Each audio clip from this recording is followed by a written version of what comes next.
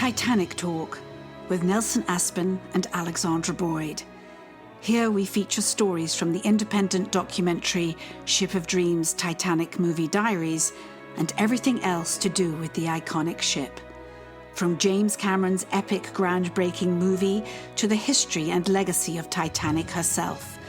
Join us and our special guests as we continue the 25th anniversary celebrations of Titanic. This is your first-class ticket to everything aboard the Ship of Dreams. I'm Nelson Aspen, and we're back for more Titanic talk with my lovely co-host, Alexandra Boyd, the filmmaker, writer, producer, director of Ship of Dreams Titanic movie diaries, which is wonderful and prominently features a number of Titanic cast members, including our special guest today. Alexandra, will you introduce us? I will indeed. I'm very excited to have with us Amy Gaipa, who all the Titaniacs will know is Trudy Bolt in Titanic. And we have her here as one of the reasons we have the actors in the documentary we made, because she just has a unique and extraordinary story about getting that job and doing that job. Amy, welcome to Titanic Talk. Yay. Thank you. It's my pleasure to be here, and thank you for asking me. And here we are, 25 years after the fact, 25 years after you were at drama school. That's where you were when you were plucked from obscurity. Yes. Plucked, as they say. Tell us a little bit about, I'm going to ask you to read from your diary because of course there's a little bit in there about your audition and meeting James Cameron for the first time. But just give us a little bit of a background of your world when this happened to you. Certainly, I was a student at Circle in the Square Theater School, and I was going for my professional program, sort of continuing on from my undergrad experience. And the casting director, Mally Finn, had called the artistic director of several different schools, like Neighborhood Playhouse and a couple of the other programs in New York, and said, send over a couple students. And so they chose two of us from Circle in the Square, which was a great honor. And I didn't realize until after the fact that they had only sent two of us over. And so I went through that initial sort of typing out. I never auditioned in a hotel before, so that was new to me. I was like, where am I going? What shall I be doing in this hotel? But everything was above board. She's the consummate professional, of course. But no, that was a new experience. Before it'd been giant halls and doing, all these freaking large ass, open calls with everyone around. And so this was really nice to show up, and I had my little picture, and it felt a little chorus line a little bit because we were like up and down the hallway, and she was just going through and chatting with us and taking pictures and taking our resumes, and so there were, wait a minute, there were two from your school, but there were many young women. Yeah, and I don't know if it was just for Trudy for that typing out day, or if it was just for some of the other roles as well. I wasn't positive of that fact, and so I didn't hear back too soon, but then I did get a call back, and of course in those days didn't have cell phones, so I had to wait till I got home to play my message on my answering machine. And they were like, oh, we'd like to have you back. And then, well, you have to go and pick up a script. And I was like, oh, well, okay, fine. But then you had to sign your name because it was a non-disclosure. And I'd never done that before. I mean, I was so new to all of this. Is my first film. You know what I mean? How old were you then? I was, oh God, let's see. I was in my 20s. I would say 24, 25, something like that. It was after undergrad. I'd wait a couple years before I went back to school again. And so, I'd done a lot of theater. I hadn't done any film. And so theater's a whole nother ball of wax when you're auditioning and whatnot. But so I signed, for the script, and I was, brought it home. I was like making sure nobody would even look at it. And so it was interesting to read it. But all along I kept thinking, oh, this is some B film, who's really in it? What I mean? It's a, boat movie, big deal. What I mean? I had no clue. And so, I read it, and then I went back, and there was another hotel audition, which was hilarious. And this time there was a videographer there, somebody shooting, and Mally was there. And so we, got down on the floor. It was the table scene where I'm, picking up the things, and we went through that a couple times and a couple other things. And she was really so generous as a scene partner, and she was so generous in some of the notes. Not many, but she was just like, this was really wonderful, and some of the feedback that she gave me, and even the guy who was doing the video, he was like shaking his head. It's just like, yay. So then I didn't hear back for a long time. And I was like, oh well, that was really fun. I got that. And I was supposed to do an auction. There was an auction for our program at the end of sort of the semester. And so I signed up for this big kind of role in it, and then I get a call back and they're like, you have to be here. And I was just like, who am I gonna get to sub for me and all this other stuff. So luckily my roommate, I bribed her with a lot of different things for like doing dishes and cleaning for the rest of the month. That's it too, isn't it? That's it too. It's like when you're starting out and you're not just running along or being invited to audition for things, you have to do these dreadful minimum wage jobs that you hope will be flexible enough. And of course, sod's law is that you'll have a shift just when you have the callback. Always. Of life. Always. That always is the case. And you have to decide, well, I could be fired, and is this worth it to me? And always the case is, yes, it's worth it to me, even if it's some dumb role. You know what I mean? This is my dream. This is what I want to do. I don't care if I'm a, waiter, although I've never done waiting. But, it was your ship of dreams. Yes, it was. Yeah, absolutely. And so, then, I went through the whole thing and, did the whole callback, route, and, in the little section, or you want me to read for you, yes. Comes in. It's actually what was perfect. I'm just curious before you do that, Amy, what was so your initial audition was the scene after Billy Zane's character has destroyed the table. Yes. For the callback scene, what was the callback scene? It was the table. It was also improving the end, which was like, what do I do for that? So I just threw myself up against some upholstery, and I was hanging on for dear life, trying to pretend like the ship is sinking. I didn't know what to do. You know what I mean? I just went with it. And so, I just had a very odd visual of you holding on and to now we upholstery. have the indelible Upholstery. image of you and your knickers, your bloomers. Yes, sliding down. I was holding onto a chair and just kind of looking up. The bloomers feature in the documentary. I'll have to know. Oh, fantastic! Little sidebar. We did some reenactment with the stunt team in Atlanta. And the young woman that played you, I had to go on eBay because I knew the bloomers. Everyone knows the bloomers. Yes. And she wore the bloom. I found them on eBay or Amazon. She wore the bloomers and the skirt, and they were pulling her along to give the impression. And I wanted to show the behind the scenes, so the green screen was all there. The mechanics that what you don't see. And they were like, I'm going, where are the bloomers? She's like, well, I'm wearing them. I said, so I had to go and sort of like delicately these bloomers that I had gone to so much trouble to because it was. I can't say it was fun watching you down the deck. It's a very memorable image from the film, for sure. Like same thing with Christina Crawford in Mommy Dearest with the panties when she was getting strangled. Some things you just can't forget. Exactly. That's funny. All right. Give us. We of course hear from you in the documentary with your recollections, but here we have something that's not in the documentary. We want you to read. Certainly. Tuesday was another humid day. I planned plenty of time for the commute and freshening up at Saks Fifth Avenue, the best bathroom on that side of town. However, as I rounded the corner onto Park Avenue, I discovered the address I received was not the right one. Instead of the Regency Hotel, I was in the lobby of some investment firm. Frantic, I ran up to the doorman. I uttered some incoherent sentence, which remarkably he understood and pointed me in the right direction and assured me that I was only 10 blocks away.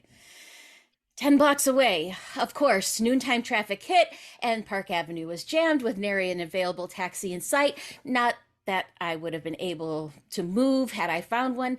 I had only a few minutes to spare and took off flying down the street to the hotel. Displaying the most athleticism I have ever displayed in my life, I made it to the hotel with 2 minutes to spare. I was technically not late. This made me ecstatic. I worked my way up to the room and knocked on the door. No response.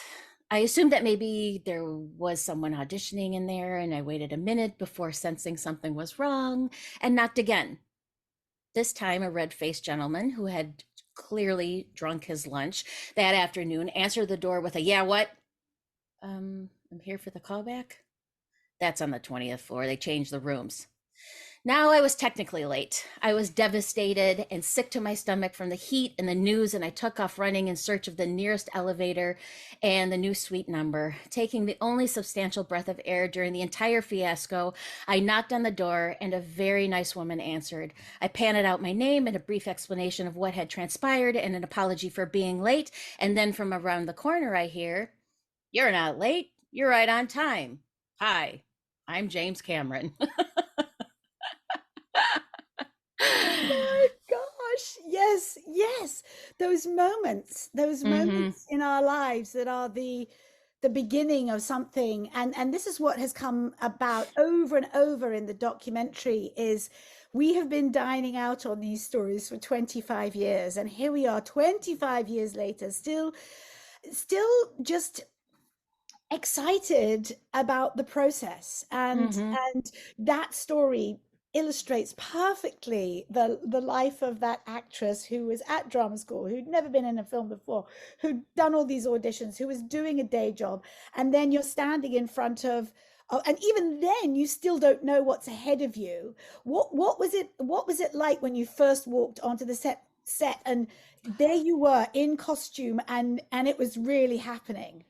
It was incredible, but I was kind of in denial about it all in a good way, because I would, had my blinders on. I'm like, this is the job I'm going to do. I know what my lines are. I showed up to I was there for the table reads. So even before we started shooting in Mexico, I was so lucky to be there because at least I could sit around the table from everyone. I got a little bit acclimated, but there was one take when I was in the chamber with Rose, and I'm talking about, and this part was cut from the film, but I'm talking about how the sheets are so new, and I never got to experience this type of thing before. And I go up to her and I'm telling her all this, kind of excitedly, and having this moment with her. And then I couldn't remember one word. I couldn't remember my name. Wouldn't know what day it is. I didn't know anything because it just dawned on me, and I'm still get goosebumps to this day. It dawned on me that I was making a film, like a real film, and there was a camera there, and there were people out there, and this was Kate Winslet, and I'm in the scene, and I just Kate, I think she said something to the fact that of like, "You just realized you're in a film, right?" I was like, "Yes," and she gave me a big hug. She's like, "Oh, it's okay, darling, it's okay." And when you think how young she was, and she had had a little bit of success Yeah, with Heavenly yeah, Creatures, and yes. I think she'd done Sense and Sensibility at that point. I'm And not. I'm not sure. I know she had just done. Oh, now everybody's going to be looking on IMDb and telling me I'm in the wrong order.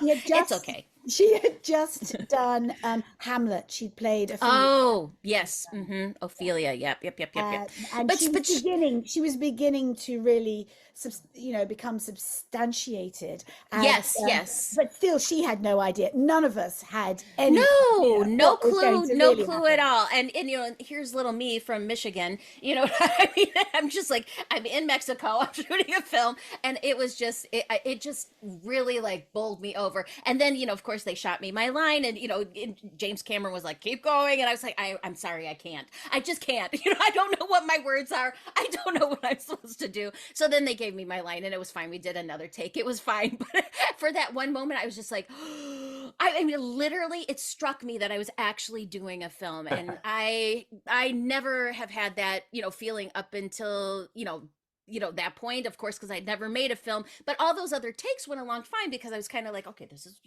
da da da da da. But then it really sank in of like what I was doing. And then, I mean, for anybody who, of course, was on set, they built that set for this film. So and the things that were there were for this film. And then you started to see the facade go up against the ocean, and that was for the film. And I mean, like and of course they wouldn't let you walk anywhere. So yeah, I was in a van going from here to there, and it took 2 seconds. I was like, "But I can walk," and they're like, "No, no, no, you should be in the van." I was like, "Okay." Where were they when you had your audition? in. You should have, they should have had the van for you then. Oh my God, precisely. Yes. I call it Queen for the Day. I remember when we first did the first class dining room scenes, Oh, yes. a whole bunch of us had to do that 2-minute van drive. Yes. You know, I remember Rosalind Ayres with that headdress she wears. Oh, It's getting yes. stuck on the top of the van while she's trying to get into a people mover, you know, one of those Yep. transit vans. And we're all sitting there like we're going to this really expensive, very high-end 100-year-old wedding. Yes. And, you know, and we had to be sort of toddled and then all pulled out again, you know, wearing corsets and stepping so you didn't trip. The men were all stepping on our trains. It was a whole thing to get us from the wardrobe and makeup block to the set. Yep. Amy, you talk about how welcoming and supportive Kate was with you. Tell me about your memories of working with Frances and Billy. Oh, they were terrific. And David Warner, especially, I have to say, I mean, we would ride the van together from the hotel and, you know, he would recant some of his stories and ask me how I was. And I knew who he was, but I really didn't know who he was till after the fact. And then I was like, oh, I was just with David Warner. But Frances was amazing and Billy was really sweet. And Tell us about working with Leo. Leo was Thank you, great. Leo. And really, really sweet. I mean, I have to say that, you know, we were doing some interiors of the you know, the chamber, the bed chamber where Kate was, and I remember being off to the side, and you know, I still had the deer in the headlights kind of look, and he just came up to me and was, you know, kind of chatting and very sweet and welcoming, you know, as well. Everybody was just very, very kind, and our etiquette coach, you know, she was always so lovely, and you know, the person who dressed me, I think her name was Marcia, she was amazing. Like everybody was just so nice, you know, from all, you know, the PAs were incredible. I mean, I was nobody, and you know, they're just like, can we do anything for you? How can we help you? And I'm just like, I am nobody, you don't have to help me, go help somebody else who has clout. So But looking back, there are no small parts, and no, everybody's job on a film set, the sharp pointy end of their job, if you're Yep. in that scene that day, is that we know that now. Yes, And yes. I still appreciate it so much. Yeah. It really just it adds to helping put you at ease. I think even, you know, I've been nervous on almost every set I've Oh, worked onto, absolutely. because maybe you're not the lead and everyone there is established, and it's lovely when you get that film community, even for that short while, that embraces you so much. And now, of course, you are a filmmaker yourself. Not only are you teaching film studies, but you are making films. Tell us a little bit about your latest project. Absolutely. Well, thanks for asking. This summer, I just wrapped a feature film with my producing partner, James Evans, and Tova Feldschuh, and Tibor Feldman, and Julie Halston, and several others, you know, came aboard to shoot this with us. And it was quite a feat. We did it in 16 days, as you know. that is like, you know, a nervous breakdown waiting to happen. But we did it. And we're in post-production right now, and the first act is shaping up beautifully. We're on this act 2 and act 3. We're doing a little bit of fundraising for our you know, for our post-production, because we spent some of the post-production allocated funds on production, because What's it called? What's the film called? Oh, Dirty Rhetoric, that's what it's called.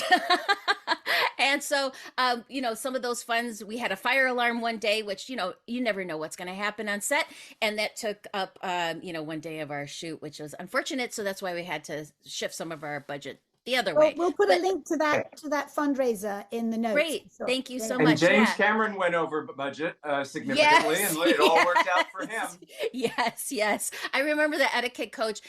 We were Lynn walking Hockney. together. Lynn- Lynn Hockney, yes, and she was amazing. And we were walking. I think it was to the dining tent or something like that. And she's like, you know, you probably will never work on another film like. So it's really lovely. But yeah, Well, she was right, wasn't she? We haven't ever. absolutely. Yeah, I mean, it was huge. I mean, that was a giant film. So, you know, and no matter the size of the film, they're always quite a feat. You know what I mean? And it could be the most expensive film you know, at that time being shot, or it could be a feature film shot in 16 days. And, you know, I think everyone who comes aboard on film, which I really love so much about the whole community, is everybody dedicates themselves, you know, 10,000%, whether it's a giant film or it's a tiny little film. So, And you if know, you don't, you kind of don't get asked back. Like, I no, see this to young filmmakers. You know, I want to be in a movie. yeah, I want to be a producer. I want to be this. I don't really know yet. I say, get yourself a job as a runner or a mm-hmm, PA, yep, and just be present and show initiative, and mm-hmm, don't mind maybe getting yelled at a bit. Don't take it personally, because it's always on a time crunch. And if you yep, don't suck, you'll get invited back again and again absolutely, and again. And you can work up it's a meritocracy, you know, you mm-hmm, can work up the ranks really quite quickly. mm-hmm. If you really are passionate, it's a profession you have to be passionate about, because Oh, sure, absolutely. I have a history question for you. Having Uh-oh. so, although your character of Trudy was a fictitious maid, Mm-hmm, there were certainly Trudy-like people aboard the Titanic. Did mm-hmm. did being in Titanic create any interest in the true story of Titanic for you? Did you become a Titaniac for a while? I did actually, and it was funny because my hometown, they approached me after Titanic, and they'd seen a, you know, newspaper article or whatever, and they were like, "Hey, have you seen the I think it was biography or autobiography of Violet Jessup?" And Violet Jessup was a maid on the Titanic at the time, and she had her own account. And so I actually did, with full orchestra behind me, a reading from that, from the perspective of Violet Jessup, as, you know, channeled through Trudy Bolt ish, you know, during the Yeah, yeah. time. So that was really lovely, and I got to like, you know, and it was really packed, which, you know, for our town was pretty good. And so people, you know, were really interested in what that was and who these people were. And, you know, it wasn't just the Astors that, you know, everyone was interested in. It was the people who were down below, and, you know, who suffered a fate that, you know, if they weren't able to get out, you know, was just horrific. So it was really, really lovely to be able to do some research on that, and to do reading of her, you know, account, her actual account, with this orchestra. So that was pretty cool. If only things could have worked out better for Trudy in the end. Yes, But I know. I your was audition, actually happy, though, I have to say. I was glad you I and your died. bloomers. But you said in your callback you had to improvise what it would be like to be on a sinking ship, and you're throwing yourself around the hotel room.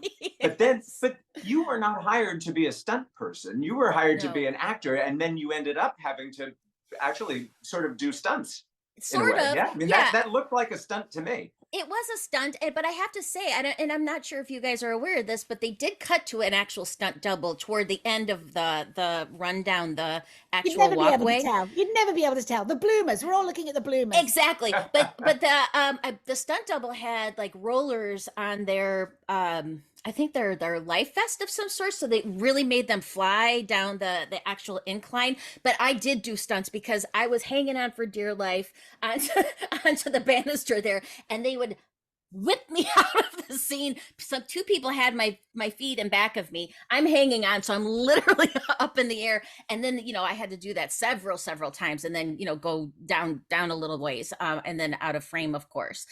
So, but yeah, at the end of it, you know, they were like, maybe we should give you some hip pads. I'm like, maybe you should. You know what I mean? Because the bruises the next day were incredible. But, you know, I was okay. I was fine with it. I was delirious again because I was so happy to be working on a film. So it didn't really matter. But yeah, I was really happy. I was excited that I actually got a nice close up. I was so excited that I got to actually, you know, be taken off, you know, and out of camera, you know, in such a way, and that Trudy did, you know, actually suffer on camera, which was great for me because I thought it was really, really exciting.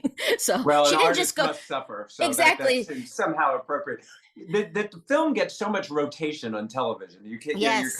you're constantly running into it. When Yes. you come across it, I personally have to stop and watch it for the rest of the film. Like I can't, Mhm. no matter where I hit it, I have to watch at least till the ship sinks. Mhm.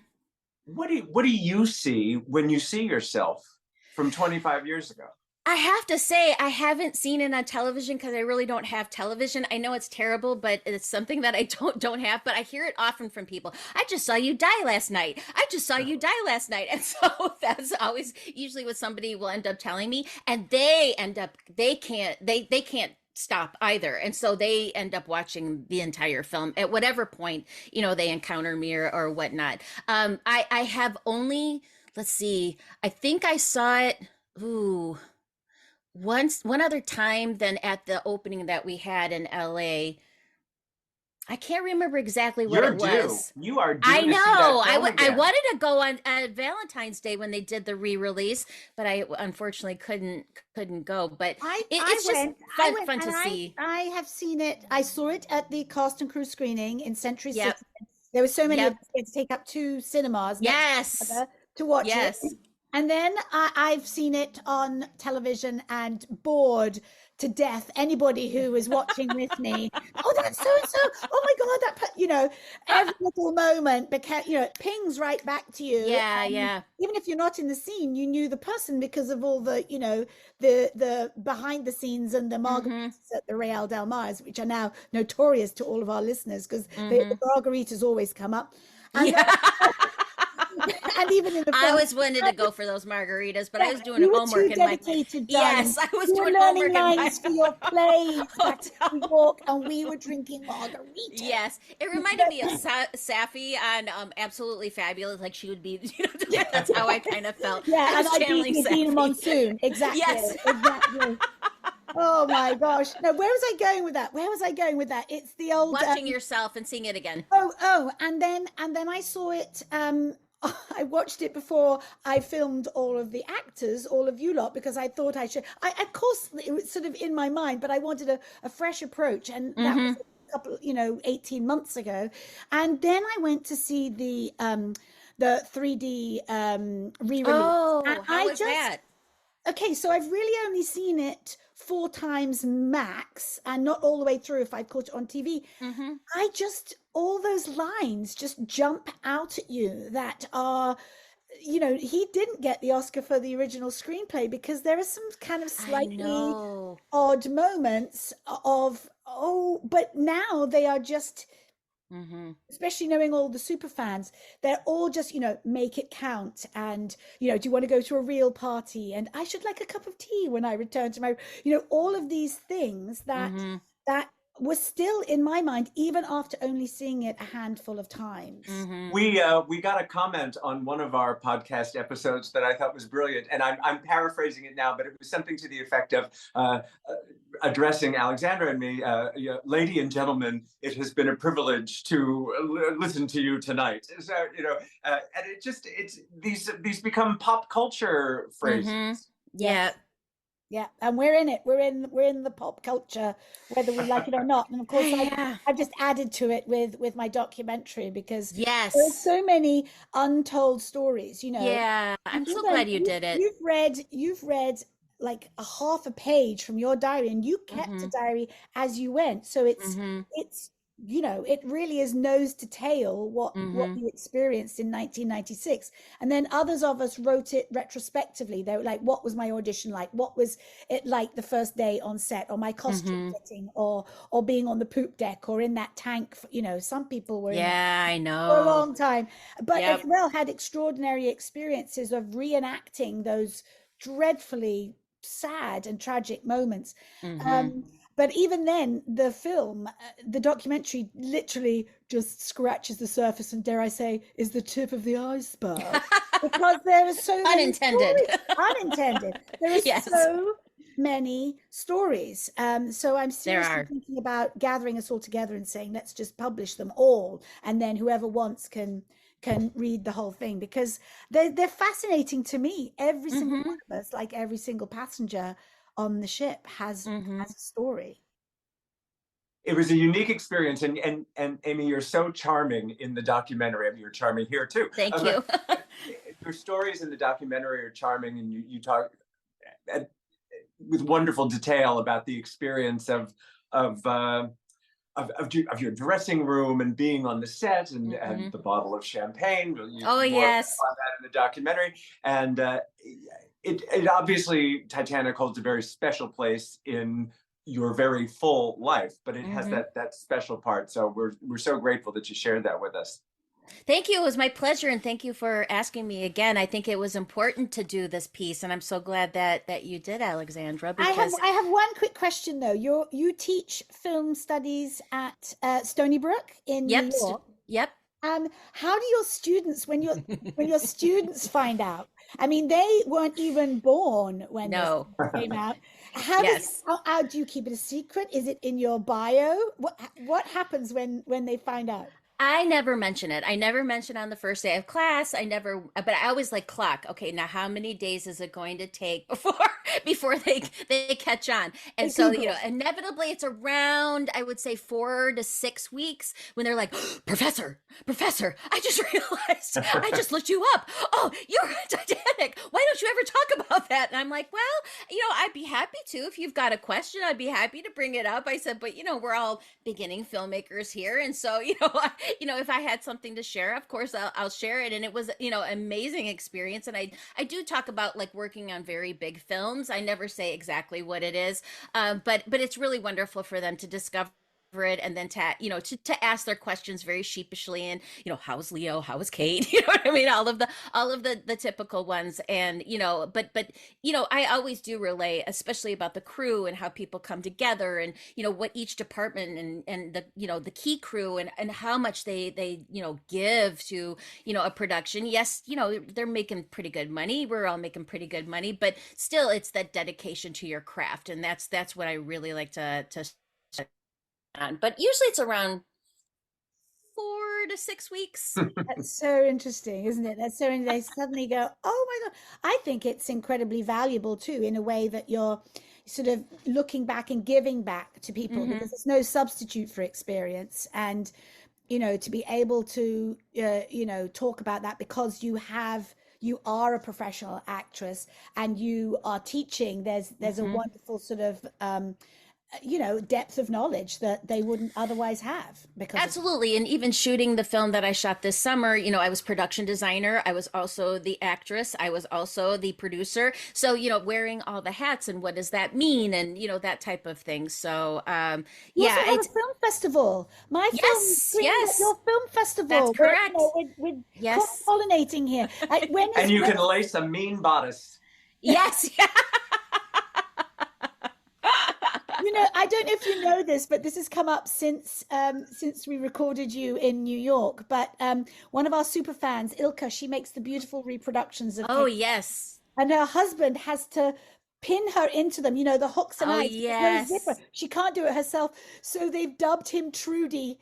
I love it. Fernando is Trudy Bolt. I love it. I think that's amazing. Yes.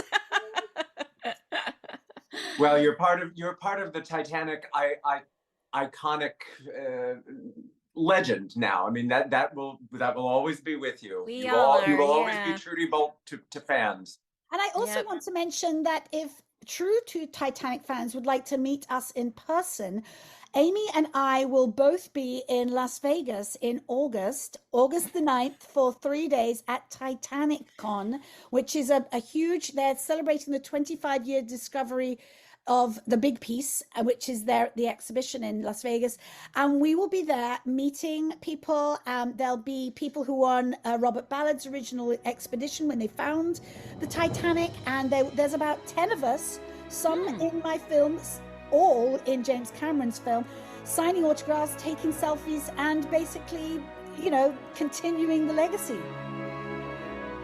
If you've enjoyed this podcast, please leave a review. And if you'd like to hear more podcasts like this, hit the subscribe button. For information on where you can see Ship of Dreams, Titanic Movie Diaries, go to shipofdreamsfilm.com. Titanic Talk is a production of Ship of Dreams Film Limited.